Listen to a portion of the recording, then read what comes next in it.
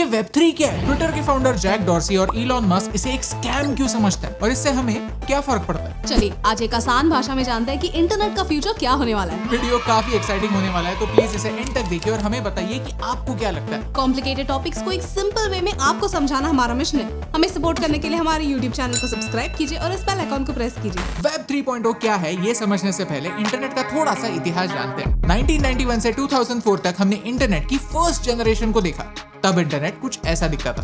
आज का इंटरनेट और तब का इंटरनेट काफी डिफरेंट था, क्योंकि आज जैसे हम फोटोज वीडियो शेयर करते हैं वो पहले पॉसिबल ही नहीं था। इंटरनेट ये था, सिर्फ एक न्यूज़पेपर, आपके स्क्रीन पर सिर्फ एक स्टैटिक पेज जहां आप सिर्फ टेक्स्ट पढ़ सकते थे। Basically interaction was zero.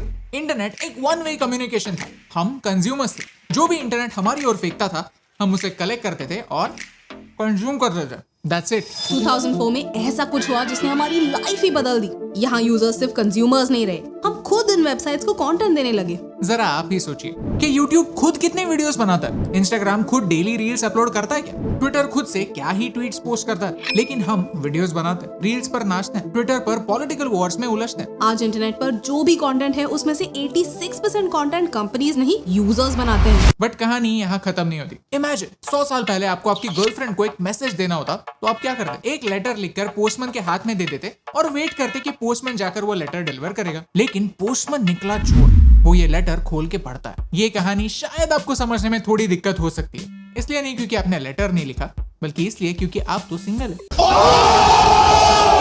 Jokes apart, लेकिन आज के इंटरनेट कंपनीज यही तो करते हैं, हमारा डेटा पढ़ते हैं और उसका इस्तेमाल हमें एड्स दिखाकर प्रोडक्ट बेचने के लिए करते हैं। लेकिन आपके पास चॉइस क्या है? सोशल मीडिया पर लेटर लिखना है तो पोस्टमैन तो लगेगा ना। वेब 2.0 का प्रॉब्लम है lack of privacy and total control in the hands of the middleman. लेकिन वेब 3.0 ब्लॉकचेन की मदद से यही प्रॉब्लम सुलझाने की कोशिश कर रहा है। अब आप आपके कंटेंट के ओनर बन जाएंगे। इस सिंपल रिजल्ट तक पहुंचने के लिए बीच में कुछ ऑब्स्टिकल्स हैं, जिन्हें वन बाय वन वेब 3.0 सुलझाने की कोशिश करता है। लेकिन ये चैलेंजेस जानने से पहले let me tell you about the sponsor of today's video, upGrad. Web 3.0 सच है या नहीं, इस पर डिबेट हो सकती है, लेकिन एक बात तय है कि हमारी दुनिया ज्यादा से ज्यादा टेक ओरिएंटेड हो रही है। इंटरनेट ने आज हमें पूरी दुनिया से बहुत अच्छे तरीके से जोड़ा है, इसीलिए हम आज घर बैठे वर्ल्ड क्लास एजुकेशन पा सकते हैं। अपग्रेड दुनिया की टॉप 1% यूनिवर्सिटी से मशीन लर्निंग, डेटा साइंस और मैनेजमेंट जैसे फील्ड्स के कोर्सेज आपके घर लाता है at a fraction of the actual cost but with full benefits. Upgrade आपको पर्सनलाइज्ड अटेंशन देता है, आपकी नीड्स को समझता है। अपग्रेड आपको life long placement support offer करता है उनके 450 से ज्यादा हायरिंग पार्टनर्स के साथ। ऑन एन एवरेज अपग्रेड के साथ कोर्स करने के बाद कैंडिडेट्स को एक 50% सैलरी हाइक मिली है। यानी आपके फ्यूचर का कंट्रोल कंप्लीटली आपके हाथ में होता है। So check out upgrad.com, link in the description. पहला ऑब्स्टिकल है आइडेंटिटी। जब मैं गूगल पर सर्च करता हूँ how to make dalgona coffee, Google को पता है कि मैं कौन हूँ, हफ्ते में कितनी बार बाहर जाता हूँ और कितनी बार ऑर्डर करता हूँ। गूगल को एक सॉफ्ट सिग्नल मिलता है कि मैप्स पर इसे कॉफी शॉप ज्यादा दिखाओ और इसी के लिए गूगल उन ब्रांड से पैसे चार्ज करता है। बन गया मैं एक प्रोडक्ट। इनकॉग्निटो वगैरह काम नहीं करता। हिस्ट्री आपके डिवाइस से इरेज हो सकती है, लेकिन इंटरनेट को आपकी आइडेंटिटी पता है तो वो मिसयूज हो सकती है। लेकिन वेब 3.0 आपको एक अलग ही आइडेंटिटी देता है। जैसे सुपर हीरोज अपनी आइडेंटिटी छुपाता है ताकि विलेंस उसका उनके अगेंस्ट गलत इस्तेमाल ना कर पाए, उनकी वीकनेस ना ढूंढ पाए, वैसे ही हम अपनी आइडेंटिटी को मास्क कर पाएंगे। दूसरा ऑब्स्टिकल है सेंसरशिप। ये social media platforms free speech के कितने भी लेक्चर्स नहीं, अल्टीमेटली कुछ ही लोग कंट्रोल करते हैं कि प्लेटफॉर्म पर क्या होना चाहिए और क्या नहीं। फॉर एग्जाम्पल, ट्विटर ने डोनाल्ड ट्रंप का अकाउंट सस्पेंड कर दिया। ट्विटर के कुछ चंद लोगों ने डिसाइड किया कि हमें ट्रंप प्लेटफॉर्म पर नहीं चाहिए और एक चुटकी बजाकर अमेरिका का ex president was gone from social media. What do you think? क्या ट्विटर या फिर किसी भी सोशल मीडिया प्लेटफॉर्म के पास इतनी पावर होनी चाहिए कि वो डिसाइड करे कौन सही और कौन नहीं? एक स्टेप आगे जाकर ट्विटर जैसी कंपनीज पॉलिटिकल साइड्स ले सकती है। कुछ टाइम पहले ट्विटर ने भारत का एक ऐसा मैप पब्लिश किया जहां कश्मीर पाकिस्तान का हिस्सा बताया गया था। ये पॉलिसीज कोई तो डिसाइड करता होगा। बड़े सीईओज उनकी आइडियोलॉजीज हम पर थोपने की कोशिश कर रहे हैं। वो इन्फॉर्मेशन के गेटकीपर्स बन चुके हैं। वेब 3.0 की सोशल मीडिया का कोई सीईओ नहीं होगा। डिसीजंस एक कोड लेगा। इसे डाओस कहते हैं, decentralised autonomous organisations. Basically game के रूल्स पहले से ही डिसाइडेड होंगे। 2 साल पहले कैरी मिनाटी का वीडियो वायरल हो गया और कुछ ही दिनों बाद डिलीट भी हो गया। रीजन सिर्फ इतना ही बताया गया कि वीडियो यूट्यूब के कम्युनिटी गाइडलाइंस को ब्रेक करता है।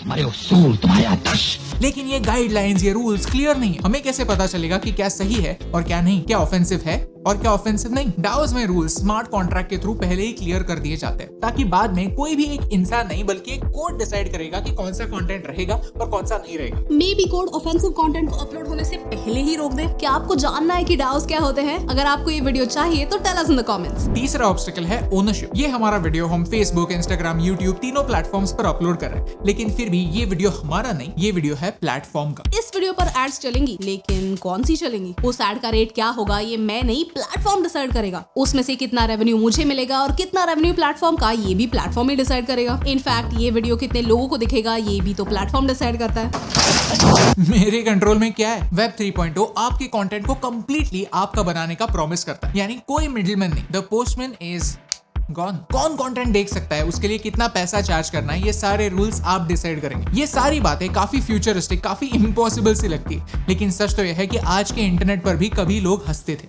A couple of months ago, there was like a big breakthrough announcement that on the internet or on some computer deal, they were going to broadcast a baseball game. You could listen to a baseball game on your computer. And I just thought to myself, does radio ring a bell? आज कुछ लोग web 3.0 को एक revolution कहते हैं और कुछ लोग इसे स्कैम समझते हैं। क्रिप्टो करेंसी को लोग डेमोक्रेटिक समझते जरूर है, क्योंकि वो सोचते हैं कि एक बंदा उसे कंट्रोल नहीं कर सकता। लेकिन इस चार्ट को जरा देखिए। पब्लिक सेल के लिए सिर्फ इतने % कॉइन्स अवेलेबल होते हैं, बाकी सारे कॉइन्स शुरुआत से ही इनसाइडर्स और फाउंडर्स होल्ड करते हैं। यानी आप क्रिप्टो मिलियनेयर बन सकते हो, लेकिन आपसे पहले कुछ इनसाइडर्स क्रिप्टो बिलियनर्स बन चुके होंगे, क्योंकि सबसे ज्यादा कॉइन्स वही तो होल्ड करेंगे। यानी फिर से वही तो हो रहा है, अलग पैकेजिंग में हमें वही सामान बेचा जा रहा है। प्राइवेसी को बढ़ावा देना यानी क्राइम को बढ़ावा देना होता है। आज के ट्रोल्स को, क्रिमिनल्स को फिर भी पुलिस ट्रैक करके पकड़ सकती है, लेकिन जब चीजें कंप्लीटली प्राइवेट, कंप्लीटली अनोनिमस हो जाएंगी, तब क्या होगा? साइबर क्राइम बढ़ेगा। आज फेसबुक में कैम्ब्रिज एनालिटिका स्कैम हुआ तो यूएस की गवर्नमेंट मार्क ज़करबर्ग भैया को क्वेश्चन करती है। वेब 3.0 के स्कैम्स के लिए कौन रिस्पॉन्सिबिलिटी लेगा? किसी ने सच ही कहा है कि अगर आपको किसी का असली चेहरा देखना है तो उसे एक मास्क दे दो। कुछ ही हफ्तों पहले Crypto.com से $30 मिलियन की क्रिप्टो करेंसी चोरी हो गई। Crypto.com एक कोई छोटी कंपनी नहीं है, लेकिन फिर भी थीव्स को पकड़ना उनके लिए इम्पॉसिबल था। ब्लॉकचेन परफेक्टली सिक्योर नहीं है। It is too early to shift 100% on blockchain. इन्हीं प्रॉब्लम्स की वजह से जैक डॉर्सी और बालाजी श्रीनिवास के बीच कुछ दिनों पहले एक ट्विटर वॉर छिड़ गई, जहां कुछ वेब 3.0 डेवलपर्स ने ट्विटर के फाउंडर को ही ट्विटर पर ब्लॉक कर दिया। इलॉन मस्क ने भी वेब 3.0 को मॉक करते हुए कहा, Has anyone seen Web 3? I can't seem to find it. ये सारा ड्रामा हो रहा है इंटरनेट पर। सच है, we are living in exciting times. अगर आपको इस वीडियो से कुछ नया सीखने मिला तो हमें फॉलो कीजिए, क्योंकि वेब 3.0 एक आइडिया है जिसे आज की डेट में राइट या रॉन्ग कहना आसान नहीं होगा। लोगों को जितना फ्रीडम मिलेगा उतना ही उस फ्रीडम को अब्यूज किया जाएगा। आपको क्या लगता है, इज वेब 3.0 आवर फ्यूचर और अ स्कैम? कमेंट्स में हमें जरूर बताइए। और ये फ्यूचर का सवाल आपको आज पूछने से मुझे फर्क पड़ता है।